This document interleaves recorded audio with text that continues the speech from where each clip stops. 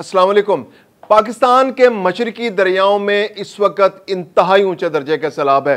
चनाब की बात कर लें, रावी, सतलुज, तीनों दरियाओं में इंतहाई ऊंचे दर्जे का सैलाब है। बस्तियां खाली करा ली गई हैं, इलाके खाली करा लिए गए। दरिया के आसपास जो किनारे पर जो आबादियां थी, जो मकान थे, जो डेरे थे, सब खाली करा लिए गए हैं। जानवर बह गए हैं, इमारतें तबाह हो रही हैं, जो झुग्गियां थी वो तबाह हो रही हैं। तकरीबन 2 लाख से जायद अफराद को इस इलाके से निकाल लिया गया है। दरियाओं का जो पानी है वो कम होने का नाम नहीं ले रहा। इंडिया से पानी मुसलसल आ रहा है। चनाब में अगरचे पानी की सतह इंडिया से कम हुई है, लेकिन रावी और सतलुज में अब भी इंतहाई ऊंचे दर्जे का सैलाब भारत से पाकिस्तान में दाखिल हो रहा है। इस वक्त खानकी से कादराबाद के दरमियान का जो इलाका है, यहां पर दरिया चनाब में इंतहाई ऊंचे दर्जे का सैलाब है। सैलाब का जो सुपर फ्लड का खतरा है, यानी इंतहाई ऊंचे दर्जे के सैलाब का खतरा जो है वो अभी तक टला नहीं है, उसमें मुसलसल इजाफा हो रहा है। क्योंकि सतलुज में, रावी में बहुत ऊंचे दर्जे का सैलाब है। दोनों में तकरीबन 1.5 से 2 लाख क्यूसिक पानी मुसलसल ट्रैवल कर रहा है पंजनद की जानिब। दूसरी जानिब 9 लाख क्यूसिक से ज्यादा पानी दरिया चनाब में पंजनद की जानिब बढ़ रहा है। अगर ये तीनों रेले पंजनद के मुकाम पर आपस में मिलते हैं तो ये तकरीबन 10 लाख क्यूसिक का रेला बनने का खतरा मौजूद है, और 10 लाख क्यूसिक का रेला इंतहाई ऊंचे दर्जे का रेला होगा। दूसरी जानिब ये पंजनद का दरिया जो है ये दरिया सिंध में जाकर आगे मिलता है, और दरिया सिंध में इस वक्त 3 लाख क्यूसिक का रेला मुसलसल अपनी जो सतह मेंटेन किए हुए। तो अगर ये 10 लाख का रेला और वो 2.5 से 3 लाख का रेला अगर मिलता है तो एक बहुत बड़ा रेला बनने का खतरा है, और गुड्डू और सखर के मुकाम पर शदीद तरीन सैलाब आ सकता है। सैलाब का खदशा मौजूद है। अगर हिफाजती इंतजाम नहीं किए गए, अगर बंद नहीं तोड़े गए, अगर इन दरियाओं के पानी को गैर आबाद इलाकों में छोड़ा ना गया, तो गुड्डू और सखर की तो इतनी कैपेसिटी भी नहीं है कि वो 13 लाख क्यूसेक के पानी को बर्दाश्त कर सकें या मैनेज कर सके। तो ये एक बहुत बड़ा अलमिया बनता जा रहा है। पंजाब के अंदर इस बार जो खड़ी फसलें हैं वो हजारों एकड़ पर तबाह हो चुकी हैं, और अब भी खतरा मौजूद है कि जो चनाब का पानी जो उसमें 9.5 लाख क्यूसेक पानी जो है वो खानकी और कादराबाद के दरमियान आ रहा है, तो यह झंग और उसके आसपास के इलाकों को शदीद तरीन मुतासर कर सकता है। इसके अलावा अगर झेलम की बात करें तो झेलम के अंदर जो है पानी की सतह अब भी कंट्रोल में है, क्योंकि जो मंगला डैम है वो अभी तक पूरी तरह नहीं भर सका। तकरीबन 80% मंगला डैम भरा है और 20% खाली है।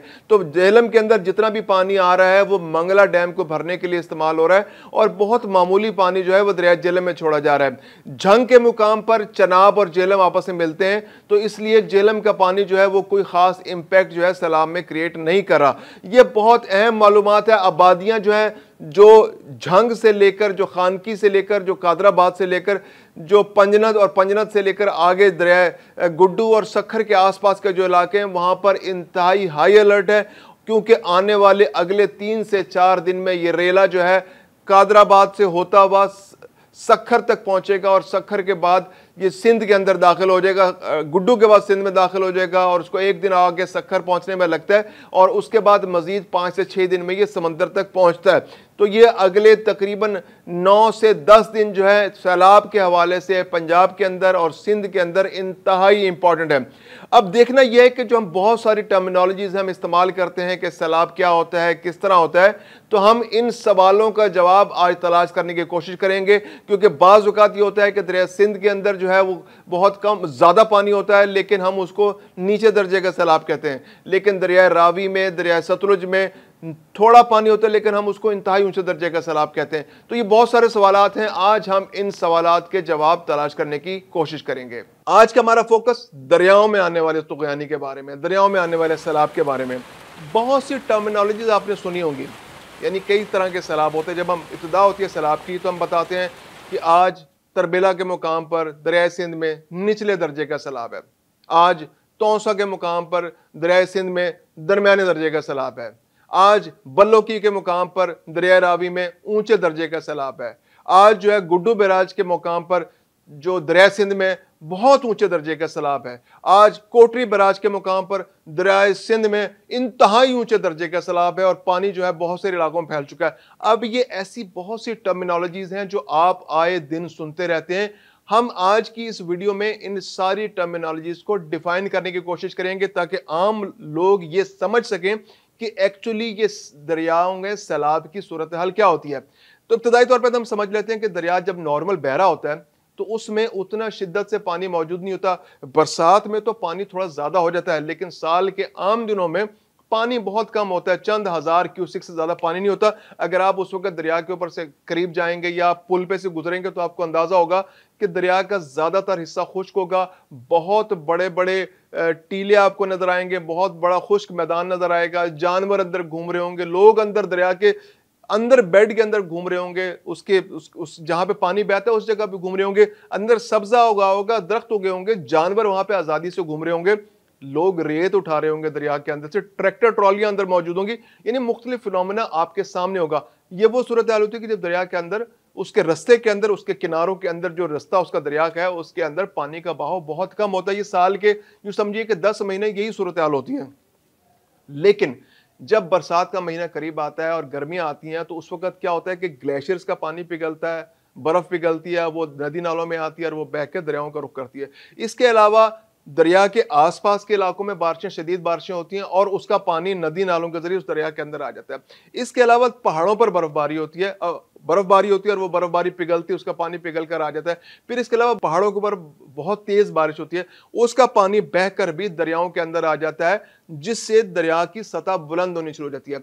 जब दरिया की सतह थोड़ी सी बुलंद, नॉर्मल से थोड़ी सी बुलंद होती है और जो दरिया के अंदर जो जजीरे होते हैं, आप अगर गौर करें तो दरिया एक जगह नहीं बह रहा होता जब साल के आम दिनों में, यानी अपने किनारों के अंदर एक कोने में थोड़ा सा पानी बहता नजर आएगा, दूसरे कोने में पानी बहता नजर आएगा और बीच में इलाका खाली होगा, तो एक जजीरे की सी सूरत पानी के अंदर बन जाती है। पानी के अंदर खुश्की के टुकड़े होते हैं बहुत बड़े बड़े। तो जब दरमियाने दर्जे का सैलाब होता है, जो पानी के टुकड़े होते हैं उनको या तो जजीरा कहते हैं, या अगर उसमें बहुत ज्यादा सब्जा हो तो उसको बेला कहते हैं, बेले का इलाका कहते हैं। तो जब बेले के इलाकों के करीब पानी पहुंचना शुरू हो जाता है और पानी थोड़ा थोड़ा उन पर चढ़ना शुरू हो जाता है, तो उस जो लेवल होता है पानी का, उसको कहते हैं कि ये निचले दर्जे का सैलाब है। यानी कि आम सतह से पानी बुलंद होकर जरा ऊंचा हो जाता है और उसके अंदर जो खुश्की के टुकड़े हैं वो थोड़े थोड़े उससे मुतासिर होना चाहते हैं। अगरचे वो खुश्की के टुकड़े जो हैं वो गायब नहीं होते पानी के नीचे, लेकिन अभी नजर आ रहे होते हैं, तो उसमें हम कहते हैं कि ये निचले दर्जे का सैलाब है। अब हम बात करते हैं दरमियाने दर्जे के सैलाब की। दरमियाने दर्जे का सैलाब ये होता है कि जब पानी की सतह थोड़ी सी और बुलंद होती है निचले दर्जे से, और वो जो बीच में ग्रीन पैचेस होते हैं, जो खुश्की के टुकड़े होते हैं, या जो दरख्त होते हैं, या झाड़ जंकार वहां पे लगी होती है, जो घास फूस होती है, वो आहिस्ता आहिस्ता उस पानी के अंदर गायब होना शुरू हो जाती है। अगरचे वो नजर आ रहे होते हैं, वो पैच, वो बहुत छोटे छोटे पैच नजर आ रहे होते हैं। अगर आप दरिया रावी में के पुल के ऊपर से गुजरे और जब सैलाबी सूरत हाल हो तो आपको अंदाजा होगा कि वहां पर वो पैचेस आहिस्ता, अभी आप देखें कामरान के बारादरी पूरी की पूरी दरिया के आइलैंड के ऊपर कायम है। इसके अलावा भी बहुत सारे इलाकों में आपको नजर आएगा जगह जगह खुश्क पैचेस हैं, लेकिन अब चूंकि पानी थोड़ा थोड़ा आया तो आपको वो पैचेस कम होते नजर आएंगे और पानी ज्यादातर पैचेस, खुश्क पैचेस के ऊपर आ जाता है। तो जब दरमियाने दर्जे का सैलाब होता है तो मैक्सिमम पैचेस जो खुश्की के होते हैं, जो आइलैंड्स पानी दरिया के अंदर होते हैं या बेले होते हैं, वो पानी के अंदर डूबना शुरू हो जाते हैं। अब हम बात करते हैं ऊंचे दर्जे के सैलाब की। ऊंचे दर्जे के सैलाब की निशानी ये होती है कि वो तमाम के तमाम आइलैंड्स, जो खुश्की के टुकड़े और जो बेले के इलाके होते हैं, वो पानी के नीचे चले जाते हैं। अगरचे दरिया किनारों के अंदर, अपने किनारों के अंदर मौजूद होता है, लेकिन उसकी सतह काफ़ी बुलंद हो जाती है। ऐसी सूरत हाल में लोग पानी के अंदर जाना बंद कर देते हैं, अमूमन कश्तियाँ अंदर ले जाना बंद कर देते हैं, माहीगीर काम रोक देते हैं। पहले लोग अपने जानवरों को पानी पिलाने के लिए जानवरों को अंदर ले जाकर, जानवर को, भैंसें जो होती हैं आमतौर पर पानी के अंदर चली जाती हैं, तो ऐसी सूरत हाल में लोग जानवरों को उसके अंदर नहीं लेके जाते। खुश्की के जो पैच होते हैं वहाँ पे लोग चराने के लिए अपने गाय भैंसों को ले जाते हैं, तो वो ले जाना बंद कर देते हैं, क्योंकि ऐसे मौके पे जो दरियाओं का बहाव है वो काफ़ी तेज़ हो जाता है और उस बहाव के अंदर जानवरों का बहना, इंसानों का बहना, या कश्तियों का बेकाबू होना बहुत नॉर्मल सी बात हो जाती है। तो ये ऊंचे दर्जे का सैलाब होता है। फिर एक होता है बहुत ऊंचे दर्जे का सैलाब। बहुत ऊंचे दर्जे के सैलाब में ये होता है कि जो दरिया का पानी है वो तकरीबन किनारे के ऊपर तक पहुंच जाता है। यानी अगर आप शहरों के पास अगर आप गौर करें तो हर शहर के पास या हर आबादी के पास से जब दरिया गुजरता है तो वहाँ बंद बने होते हैं, बहुत ऊंचे ऊंचे बंद होते हैं, पुख्ता बंद होते हैं, बाज़ औक़ात कच्चे बंद होते हैं, ख़ास तरतीब से ऊंची ऊंची दीवारें आपको नज़र आती हैं। तो वहाँ पर दरिया का पानी उसके करीब पहुँच जाता है और जब शहरों के पास से वो बंद के इलाके से गुजर जाता है तो वो दरिया का पानी उस बंद से बाहर आ जाता है, किनारों से बाहर आना शुरू होता है। अगरचे वो बेकाबू नहीं होता उस तरह से आसपास के, लेकिन इलाकों में जो आबादियां होती हैं, जो छोटे गांव होते हैं, जो कच्चे के इलाके गांव होते हैं, कच्चे के इलाका वो होता है जहाँ पर नॉर्मली दरिया के सैलाब का पानी आ जाता है, उसके अंदर पानी दाखिल होना शुरू हो जाता है। आसपास के इलाकों में अगर कोई फसलें हैं तो मुतासर होती हैं, लोगों के घर अगर कच्चे घर हैं तो मुतासर हो जाते हैं और लोग वो इलाका छोड़ के जाना शुरू कर देते हैं। तो ये बहुत ऊंचे दर्जे का सैलाब होता है। एक होता है इंतहाई ऊंचे दर्जे का सैलाब, ये सुपर फ्लड होता है। इंतहाई ऊंचे दर्जे के सैलाब में होता है कि दरिया का पानी बिफर कर दरियाओं से बाहर आ जाता है, उसके किनारों से बाहर आ जाता है, कितने ऊंचे किनारे वो बाहर आ जाता है, और खासतौर पर मैदानी इलाकों के अंदर तो दरिया बिल्कुल बेकाबू हो जाता है। बाज़ औक़ात इन्हें 2010 का जो सैलाब आया था वो सुपर फ्लड था। आप यूं कहिए कि जैकबाबाद का पूरा इलाका, फिर बलोचिस्तान के अंदर पानी एंटर हो गया था, हत्ता कि सिब्बी के इलाकों तक पानी पहुंच गया था। पूरा डेरा अला यार, डेरा मुराद जमाली और इस तरह के बहुत सारे इलाके, बहुत सारे अजला, दरिया सिंध के तो बहुत सारे अजला पानी के अंदर हर साल डूब जाते हैं। उस साल बहुत सारे अजला जहां पर दरिया का पानी कई दहाइयों से नहीं गया था, यानी सिब्बी का डिस्ट्रिक्ट जो है वो दरिया से कई 100 किलोमीटर से भी ज्यादा दूर है, वहां तक पानी पहुंच गया था। तो दरिया का बहाव इतना ज्यादा था, पानी इतना ज्यादा था, और उसको इस तरह से प्लानिंग से डाइवर्ट किया गया था कि बहुत सारे इलाके, पंजाब के बहुत सारे इलाके डूब गए थे, सिंध के बहुत सारे इलाके डूब गए थे, हैदराबाद जो सक्खर के आसपास के बहुत से इलाके डूब गए थे, और सक्खर के पास से पानी को राइट पे डाइवर्ट किया गया था और वो बलोचिस्तान के अंदर भी दाखिल हो गया था। एक बहुत बड़ा फ्लड था। अगरचे सिंध के ज़ेरी इलाके उससे महफूज रहे थे क्योंकि पानी इधर डाइवर्ट कर गया था। ये इंतहाई ऊंचे दर्जे का सैलाब होता है। बाज़ औक़ात ये होता है कि हर दरिया का किनारों की एक चौड़ाई होती है, उसके अकॉर्डिंगली आप गेज करते हैं कि ये कितने लेवल का सैलाब है। जैसे दरिया रावी जो है वो छोटा दरिया है, उसके किनारे बहुत दूर दूर नहीं है, उसका बेड छोटा होता है, उसकी गहराई बहुत ज़्यादा नहीं है। इसके मुकाबले में दरिया सिंध को देखा जाए तो वो बहुत बड़ा दरिया है, उसका किनारे बहुत दूर है, उसका बेड बहुत बड़ा है। तो होता ये है कि जैसे अगर मिसाल देता हूँ कि अगर दरिया सिंध के अंदर 1 लाख क्यूसेक पानी बह रहा है और 1 लाख क्यूसेक पानी बहता हुआ चला जा रहा है, तो ये एक मामूल की कार्रवाई है, क्योंकि आम तौर पर दरिया सिंध के अंदर 70-80 हज़ार क्यूसेक पानी बह रहा होता है। और अगर 1 लाख क्यूसेक या 1.25 लाख क्यूसेक या 1.5 लाख क्यूसेक या इवन 2 लाख क्यूसेक पानी भी बह रहा हो, तो दरिया सिंध के अंदर उसको सैलाब डिक्लेयर नहीं किया जाता। ये एक मामूल की कार्रवाई होती है और कागजी कार्रवाई में उसको नॉर्मल डिक्लेयर किया जाता है। अच्छा, दूसरी जानिब अगर हम दरिया रावी की बात करें तो दरिया रावी के अंदर अगर 1 लाख क्यूसेक पानी आ जाए तो ये एक्सेप्शनल फ्लड शुमार होगा, यानी ये इंतहाई ऊंचे दर्जे का सैलाब होगा। इंतहाई ऊंचे दर्जे से भी कोई आगे की कैटेगरी तो उसके अंदर इसको शुमार होगा, और दरिया का पानी जो है वो निकल कर किनारों से बाहर आ जाएगा और आसपास के इलाकों को मुतासर करेगा, फसलें मुतासर होंगी, जानवर बह जाएंगे।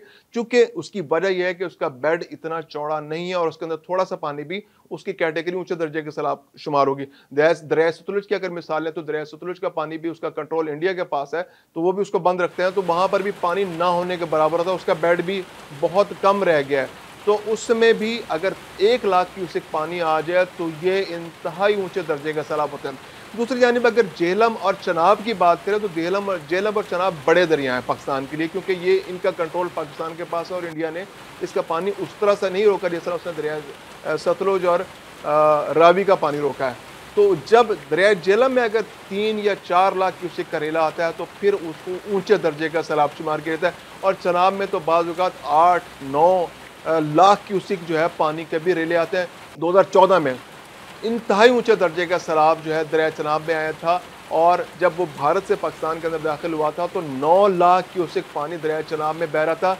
ये इंतहाई ऊंचे दर्जे का सैलाब था और पंजाब के अक्सर इलाके जो दरिया चनाब के आसपास आबाद थे वो पानी के नीचे आ गए थे, बेतहाशा गांव तबाह हो गए थे, लाखों एकड़ पर खड़ी फसलें तबाह हो गई थी, हज़ारों जानवर बह गए थे। इसी तरह मुख्तलिफ अदवार में दरिया झेलम के अंदर भी पाकिस्तान के मैदानी इलाकों में बेतहाशा ऊंचे सैलाब आए। 4 लाख 5 लाख क्यूसेक तक 6 लाख क्यूसेक तक पानी दरिया झेलम के अंदर आए, और दरिया सिंध में तो 11 लाख क्यूसेक तक पानी आया है, और जिसकी वजह से इंतहाई तबाहियां हुई हैं। तो ये आज की हम वीडियो में हमने समझने की कोशिश की है कि सैलाब क्या किस तरह से आते हैं, उसकी कितनी कैटेगरीज होती हैं, निचले दर्जे का सैलाब क्या होता है, दरमियाने दर्जे का सैलाब क्या होता है, ऊंचे दर्जे का सैलाब क्या होता है, इंतहाई ऊंचे दर्जे का सैलाब क्या होता है, उसकी क्या निशानी होती है और उसका क्या इंपैक्ट होता है।